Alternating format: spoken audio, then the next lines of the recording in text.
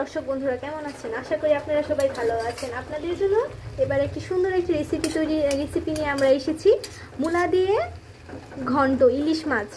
তো বুঝতেই পারছেন ইলিশ মাছ আপনাদের সবারই প্রিয় ইলিশ মাছ। তো এবার একটি নতুন রেসিপি আমরা নিয়ে এসেছি, মূলা দিয়ে ইলিশ মাছ ঘন্ট। দেখুন কিভাবে মূলাটা লাড়াচাড়া দিয়ে নিচ্ছি। এভাবে 10 মিনিট আপনাদের রেখে দিতে হবে।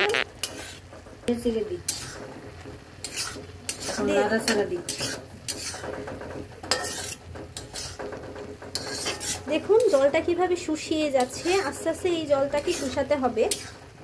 এই দেখুন এখন আমরা মূলাটা হয়ে গিয়েছে। এখন আমরা ইলিশ মাছের মাথাটা এখন আমরা ভাজছি। ইলিশ মাছের মাথাটা দেখতেই পাচ্ছেন অনেক ফুটতেছে, তাই এখন আমরা ইলিশ মাছের মাথাটা কড়কড়া ভাবে ভাজবো। তারপর আমরা মুড়ি ঘন্টটি মূলা দিয়ে ইলিশ মাছ, কালারটা অনেক সুন্দর আসছে তেলের মাছে। এখন আমরা আস্তে আস্তে করে এটা আমরা তুলে নিচ্ছি। দেখতেই পাচ্ছেন অনেক কড়কড়া হয়ে গিয়েছিল। এখন আমরা তেজপাতা দিয়েছি। এখন আমরা দিব 5 ফোড়ন। এই যে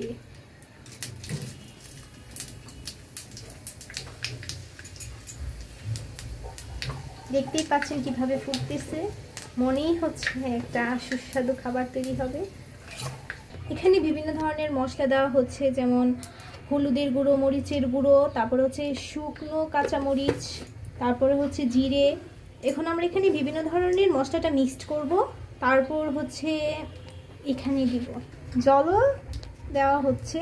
তারপর এখানে কিছুক্ষণ লাগিয়ে দেওয়া হচ্ছে। তারপর এখানে একটা কালার এসে চলেছে, দেখতেই পাচ্ছেন বন্ধুরা, এখানে সুন্দর একটা কালার আর গন্ধটা কিন্তু আমার কাছে অনেক ভীষণ একটা মজা লাগছে। তাহলে আমরা বুঝতেই পারছি কেমন হবে। তারপর লবণ স্বাদ মতো দিবেন, পরিমাণ মতন কিন্তু আপনারা লবণটা দিবেন। আপনারাও তো বুঝতেই পারবেন যে লবণটা আপনাদের পরিবারের জন্য কতটুকু দিতে হবে। এখন এভাবে আমরা লাড়াচাড়া দিব। এসে পড়েছে দেখেন আদা বাটা। এটা হচ্ছে আদা বাটা, যেটা আপনারা দিয়ে মানে খাবারটা একটা অন্যরকম স্বাদ আসবে। তারপরে এখন মূলা, মানে ওই যে সিদ্ধ করা মূলাটা যে আমরা রেখে দিয়েছিলাম, ওই সিদ্ধ করা মূলাটা এখন আপনারা মশলার মাঝে দিবেন। দেখতেই পাচ্ছেন কি মজা, অসাধারণ কালার। আপনাদেরকে আমি একটু ভালো করে দেখাচ্ছি। কিছুক্ষণ নেড়ে চেড়ে রাখবো।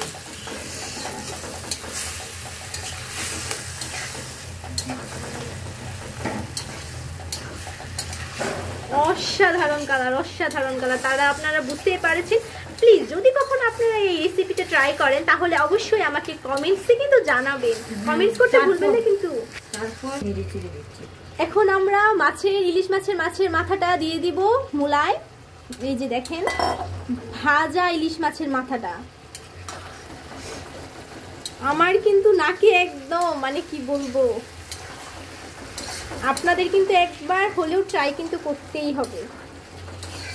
এইভাবে আমরা কিছুক্ষণ নাড়াচাড়ার পর 15 মিনিট রেখে দিবেন, যাতে ভালো করে মিক্সড হয়, যাতে একদম মানে কি বলবো ভাজা ভাজা হয় যাতে। এই যে দেখেন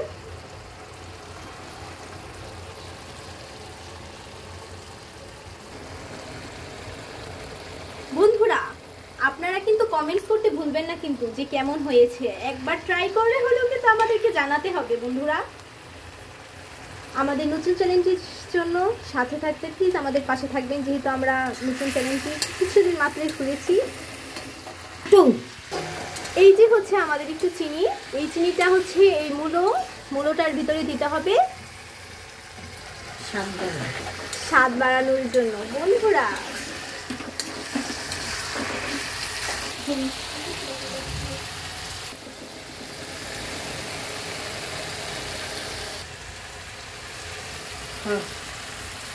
বন্ধুরা এটা হচ্ছে দারচিনি আর এলাচি হচ্ছে আমরা এখন মূলোটাই দিয়ে দিচ্ছি। আর এখন লাড়তে হবে।